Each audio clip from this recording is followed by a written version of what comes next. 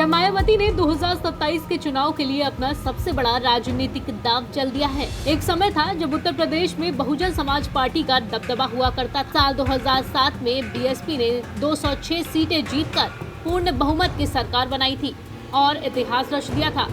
लेकिन इसके बाद पार्टी का ग्राफ लगातार गिरता चला गया। 2012 में बीएसपी 80 सीटों पर सिमट गई।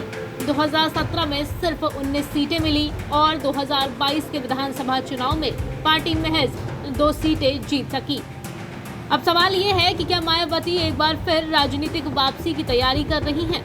दरअसल बीएसपी प्रमुख मायावती ने 2027 विधानसभा चुनाव को लेकर संगठन को बड़ा संदेश दिया है।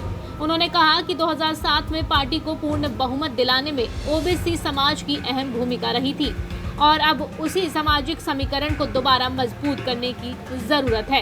पिछले कुछ दिनों से चल रही संगठनात्मक बैठकों में मायावती ने ओबीसी समाज के बीच पार्टी की पकड़ और जनाधार विस्तार की समीक्षा की। उन्होंने कार्यकर्ताओं से कहा कि वे लोगों तक ये संदेश पहुंचाए कि ओबीसी समाज का वास्तविक हित बीएसपी और उसकी नीतियों में ही सुरक्षित है।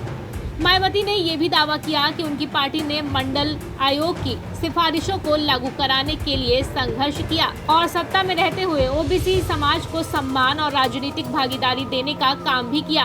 उन्होंने महात्मा ज्योतिबा फुले, छत्रपति साहूजी महाराज और नारायण गुरु जैसे महापुरुषों को सम्मान देने की अपनी नीति का भी जिक्र किया। बीएसपी प्रमुख का आरोप है कि अन्य सरकारों ने ओबीसी हितों को कमजोर किया और कई योजनाएं केवल कागजों तक सीमित रह गईं। लेकिन इस पूरे संदेश की सबसे अहम बात क्या है? मायावती अब सिर्फ शिकायत की राजनीति नहीं करना चाहती। उनका संदेश साफ है, अगर बदलाव चाहिए तो सत्ता की मास्टर चाबी अपने हाथ में लेनी होगी। यानी बीएसपी एक बार फिर ओबीसी, दलित और वंचित वर्गों को साथ जोड़कर अपनी खोई हुई राजनीतिक ताकत वापस हासिल करने की कोशिश में जुट गई है।